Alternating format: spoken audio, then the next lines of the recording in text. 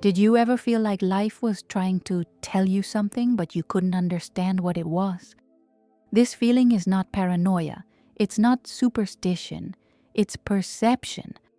And learning to listen to it can be the difference between continuing to repeat the same cycles or finally taking the step that changes everything. Life is in constant communication with each of us, not through the language we learn in school, nor through clear phrases and objective instructions, but through an older and deeper language made of symbols, patterns, and repetitions that manifest in the surrounding world. The problem is that most people never learn to read this language. It's like receiving an important letter written in a language you've never studied. The message is there, complete, filled with information relevant to your life. But without the correct reading key, it just seems like a meaningless noise. And then we came to the conclusion that it's all chance, that it's luck or chance depending on the day, that things just happen without any logic behind it. But that's not what is happening. Welcome to the channel Co-Creative Mind. In today's video, we are going to talk about the 7 signals that the universe gives when you are on the wrong path. If you haven't subscribed to the channel yet, do it now. Let's dig into what really matters for this wonderful hike and leave in the comments. Which of these signs have you felt in your life without knowing the name? Write down there because this exercise is already part of the process. Universe. Surprise me. What we define as cosmos, divinity, existence, or supreme energy, regardless of the term that touches its interior, maintains an uninterrupted dialogue with humanity, projects tracks, issues warnings, clearly reveals whether we have made the ideal journey or are building something on sterile ground, and such interaction never happens from outside to inside. It flows from the core to the surface, from the subconscious into lucidity, manifesting itself through everything around. Carl Jung introduced the idea of the collective unconscious, the abysmal level of mind that unites all individuals. It is in this mutual sphere that the figurative discourse of fate operates. Jung called the fact of synchronicity the vital encounter between world facts and soul states that causal reason cannot decipher. Synchronicity escapes mystical belief. It is physical reality operating as the faithful reflection of its inner universe. By deciphering these reflexes, you gain access to knowledge that no external mentor would be able to provide with such rigor, for this note is individualized. It's shaped by its own essence just for you. At this point, we will address 7 cues that the journey uses when its course is wrong. And the essential is not just to notice them, it's to know how to act in front of them, because you've usually already noticed them. You sensed that message was yours, and yet you persisted in ignoring the warning. The initial hint arises when an obstacle becomes recurring regardless of context. You change positions and the friction comes back with new colleagues, but in the same mold. You break a bond, and the next one replicates the same suffering under another face. You change homes, start again, adjust the whole routine, and weirdly the old scenario comes back. Conflicts that follow the script of before, finances that come and go always in the same way, vacancies that arise up to a certain point and are added before success, portals that always close at the same stage of the path. The trivial judgment about this is that fate is cruel, that there is a fence, that bad luck rules. However, reiteration is not persecution. Reiteration is contained. When a fact repeats itself, there is an uncaptured essence there, a lesson that has not been integrated. And life, a teacher endowed with infinite patience, repeats the topic as many times as necessary. Only, each time, the weight increases. The question that breaks the cycle is not how to stop such an event. It's what in me sustains this behavior. For the outside world hunts no one. He reflects. And by understanding what is reflected, by actually taking the lesson of the pattern, the fact ends its repetition, not gradually. He stops. The second hint is the sixth sense warning that something is wrong. This is the most remote warning of the human journey. More archaic than speech, older than assembled intellect, it is the knowledge that is not born of reason, which does not attach itself to any organ of the body, but pulses with a sharpness that proves that none can suffocate from time to time. The physicist who backs down before an encounter without a clear reason. The weight in the heart before a choice that logic claims to be ideal. The subtle inner voice affirming that nothing serves there, that the direction is different, that there is a new route. And then the reasoning to silence that sound arises. I've already put a lot into getting out now.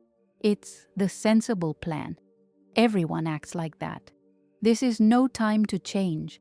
Logic is the ego's preferred means of keeping the hidden sealed, to ensure that you repeat the old, even when the being asks for the new. Intuition is not about the past. It's about what will come, what has not yet become real on the tactile plane. It is a vision that flows beyond ordinary time. If someone says they don't know what to do, they almost always know. There is no lack of light. There is no courage to accept what is already obvious. For acceptance requires action, and action demands change, and change is what causes the most trouble in man, even if it must happen. Continuing with our analysis, the hints that destiny emits do not arise only in repetitive cycles or in the intimate whisper of perception. They are also revealed in the stopwatch, in the individuals around you, and in the elements that make up the day you strive to walk. And by mastering the art of reading those messages, understanding one's own existence is transformed integrally. The third hint arises when you dwell in the expectation that something will end. Wake up on Monday, and the countdown for the break begins. Start a plan vigorously, and in a few hours he can barely bear to focus on it without tightening his chest. There is a milestone in the calendar, and his whole mind focuses on when that will stop, not what happens now, or it returns that sentence that so many dominate well. As soon as this period ends, everything will be fine. As soon as I resolve this impasse, I will be full. As soon as such an hour comes, yes, then life will have a course.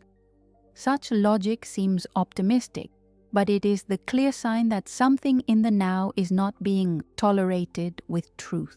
Fullness is not a port reached after crises cease. If the only way to endure what you face today is to project peace forward at some point, there is something in the now that demands a look of righteousness, not necessarily left, but directly analyzed. What in this scenario is overloading you so much that you choose to live mentally in tomorrow instead of being in the present? Such inquiry, made with flair, already begins the delivery of what the notice seeks to say. The fourth hint is when you listen to the same speech coming from different individuals and without ties between them. A couple of services you don't talk to much, look at you and ask if you're really okay. In the same cycle, someone with whom you have little relationship notices that you do not look happy. Soon after, your mother calls and says she notices something strange about you. 3 entities, 3 totally isolated media, the exact message. This is no accident in the banal sense of the term. It is synchronicity acting very objectively, the surrounding reality being used as a way of something that has not yet reached its lucidity with full force. What goes on behind this fact is basic but shocking. You radiate a vibration all the time. What you feed inside is thrown outside in ways that we don't control at all. Some people notice this projection before you even realize it. They're reading something in you that you haven't read in yourself. And what is the most common reaction to this? Reject, laugh. Assert that everything is in order and continue with the firm disguise. But if 3 different reflexes show the same face, the error hardly lies in the reflexes. The 5th hint is when you start to lose the elements linked to the path you are following. Papers that add up, data that is lost for no reason, agreements that were almost sealed and suddenly fall down, items that are missing just when they are vital for the exact course you're trying to force. We are not dealing with a single event that happens to anyone. We are talking about a model of damage that occurs methodically and is always tied to an exact portion of life, that route you insist on maintaining despite all the warnings. The immediate reading is usually a fall or a setback. But often what happens is protection. Life slowing down your progress on a ground that does not bear the burden of what you want to lift. Removing parts of a route before that route takes you away from where you should be.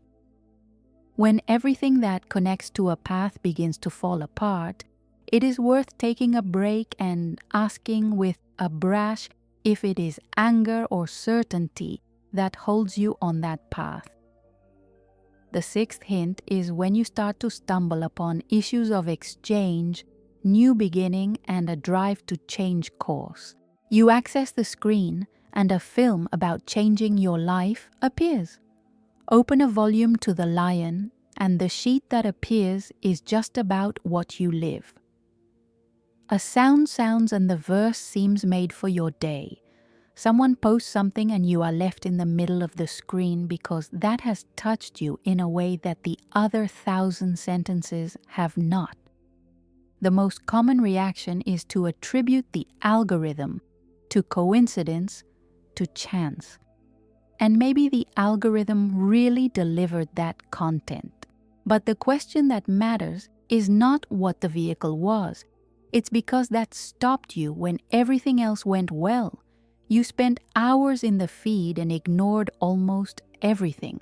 But that specific content, at that specific moment, made you stop. Synchronicity does not need sacred channels to operate. It works in the ordinary, in everyday life, exactly because that is where the guard is lowest, and the message can enter without being blocked by the analytical mind. What these contents are doing is not sowing a new worry in you. They are revealing a restlessness that existed before they arrived. Something inside you was already in motion. The external message only found that movement and made it visible. And there is a very important detail here. The right message does not appear early. If it has arrived, it is because some part of you, perhaps the wisest, is already ready to receive it. The arrival of the signal is already evidence that something internal has changed enough to allow it to be perceived. The 7th and final sign is when new people appear in your life, showing possibilities you had never really considered.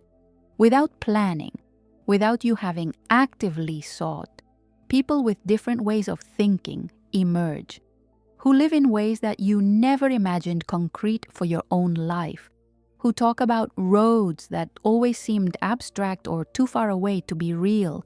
These people are bridges. They are life using real encounters to show that there is another possible path, which is not theory, that people of flesh and blood are living in it right now, that the world you know is not the only world that exists. Every meaningful meeting that happens without planning comes with an invitation. It is not a matter of blindly following the path of the one who appeared. It's about letting that person's existence expand what you consider possible for yourself. It's about questioning the illusion that the only real path is the one you already know.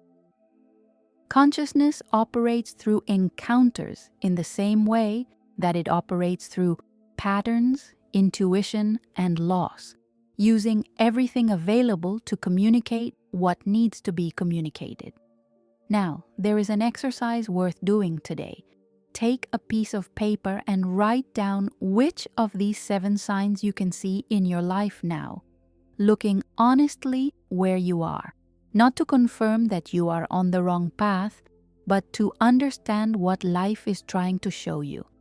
Because those signs don't show up to scare you, they appear to guide you, to return you to what is true for you before the cost of ignoring becomes too high.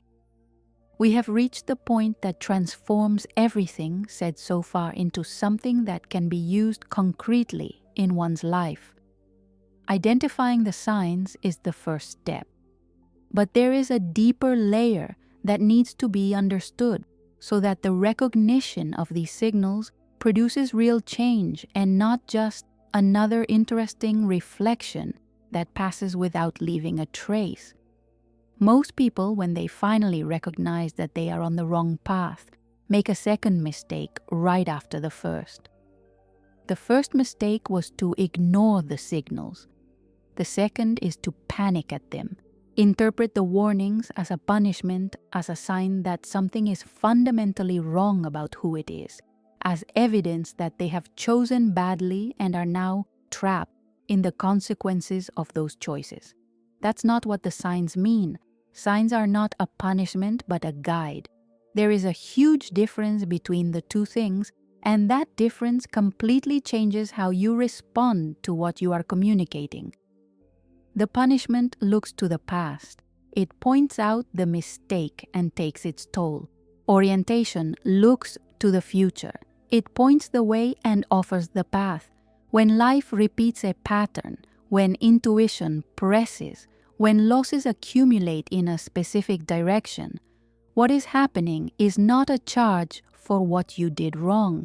It's a redirection, an invisible hand pointing where the energy should be.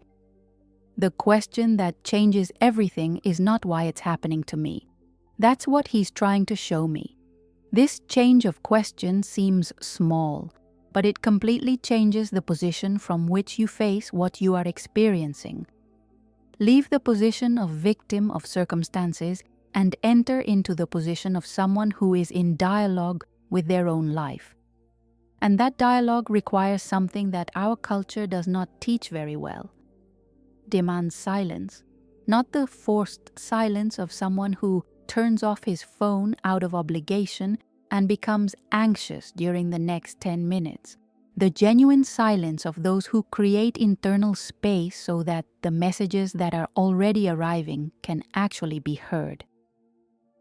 The signs we discussed here, the 7 that life uses when you're on the wrong path, all of them were already present before you saw this video. The difference is that you now have a language to name them. And naming is the beginning of understanding. But understanding without acting is just another piece of accumulated information. And the action that these signals require is rarely dramatic and immediate. It's not necessarily leaving everything early tomorrow, changing country, giving up the race, or ending all relationships at once.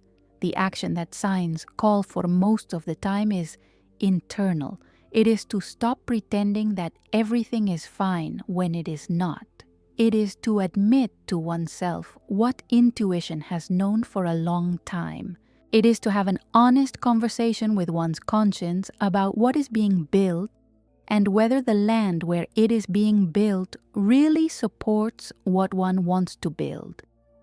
This internal honesty is what sets the stage for external change, because external changes made without the corresponding internal change tend to reproduce the same patterns in different scenarios.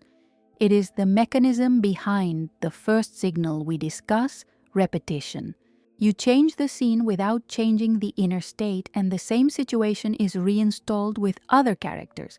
The change that lasts begins within. There is also something important about the timing of signals that must be said clearly. The signals don't appear all at once. They come in layers, each at the point where you're ready to receive it. And that means you've probably received some of these signals before, long before now. The question is not when signs began to appear. That's when you'll be ready to really listen to them, to let them produce the movement they are asking for instead of being recognized, feeling for a moment and then archived in some internal drawer where they wait for the next opportunity to emerge. This video may be one of those opportunities, not because the content is extraordinary, but because something in you was ready to hear it today. The right message doesn't appear before the hour. If she arrived, it is because the time has come. Now there is an exercise worth doing today as well, not postponed until when there is more time or more clarity or more courage. Take a piece of paper, write the 7 signs, and next to each sign, write honestly whether that sign is present in your life now, not as a judgment, as a diagnosis. A doctor does not punish the patient for the diagnosis. He uses the diagnosis to chart the path back to health. You can do the same with the diagnosis that your own life is offering. Which patterns repeat themselves that you haven't yet understood? What intuition are you scratching with logical arguments? In which area of your life do you live waiting for something to end? What message came through different mouths and you still deny it? What is being systematically disintegrated in a specific direction? What content about change still appears to you? Which new people have come up showing possibilities that you haven't yet allowed yourself to consider? Right. Read what he wrote. Stick with that for a moment. You don't have to have all the answers today. You need to be willing to ask the right questions, because the right questions asked honestly already begin to reorganize something internal that produces, over time, the answers and movements you need. Life keeps communicating with you. It will continue to send signals using patterns, people, losses, content, and encounters to show what needs to be shown. The only variable is when you will be available enough to receive what is already being sent. That moment can be now. If you've gotten this far, something in this content has touched you in a way that wasn't accidental. You didn't see this video by chance. Something inside of you was ready to hear exactly that the moment you decided to start watching. And that alone is already one of the signs we discuss here. This channel exists for those who are willing to look inward with honesty, for those who feel that there is a deeper language operating in their own life and want to learn how to read it, for those who are tired of repeating the same patterns without understanding where they come from. If this content makes sense to you, you know what to do. Sign up for the channel here now. Each video here is one more layer in this process of self-knowledge. Content that respects the depth of what you are experiencing and provides real tools to navigate your journey more clearly. Let you like it too. This simple gesture makes that content reach other people who are receiving the same signals and still do not have the key to read them. And comments. Write here which of the 7 signs you have recognized in your life. Which one has come deeper? This public statement is already an act of courage and commitment to what you are starting to see. See you in the next video.